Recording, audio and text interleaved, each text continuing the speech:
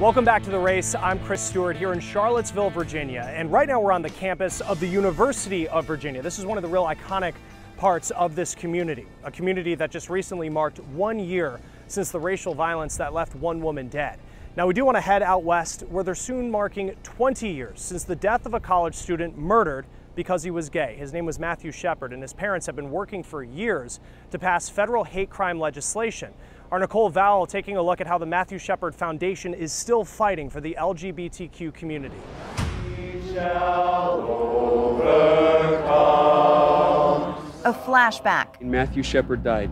His family was at his bedside when he passed. Nearly 2 decades passed. A University of Wyoming student's life violently taken by 2 men. Justice will be sought. Their only motivation, Matthew Shepard was gay. Aaron McKinney and Russell Henderson, they took him out to the edge of town, tied him to a buck rail fence and beat him in the head with the butt end of a .357 Magnum pistol between 19 and 21 times. And he was left tied overnight and into the next day for 18 hours to that fence.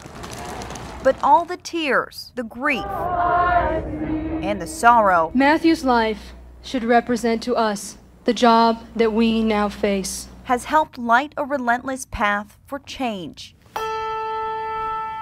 Like us, this takes a little while to stop ringing. Jason Marsden, Shepard's friend, works as part of that crusade. Our goal is to replace hate and ignorance with understanding, compassion, and acceptance. But the needle on that dial for change has been slow moving. As the Matthew Shepard Foundation works to create and reform hate crime legislation in the U.S., this map tells the timeline of the story. Since Shepard's murder in '98, 5 states, including Wyoming, today still have no hate crime laws. 45 states have some version of hate crime legislation enacted, but Marsden says 20 years later, even those laws fall short. In close to half the states that have hate crime laws, they don't cover gay, lesbian, bisexual, or transgender people. Marsden and the foundation have been working to change this, lobbying lawmakers state by state, even here in Washington, D.C., pushing to include the LGBT community in hate crime laws.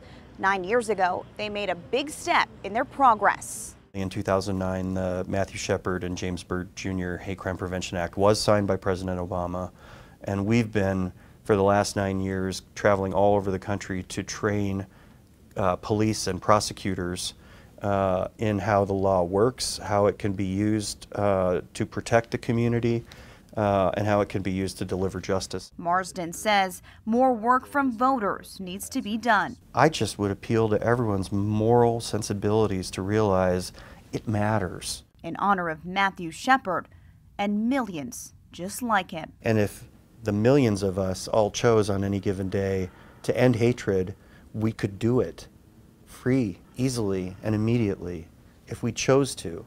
Reporting for The Race, I'm Nicole Vowell.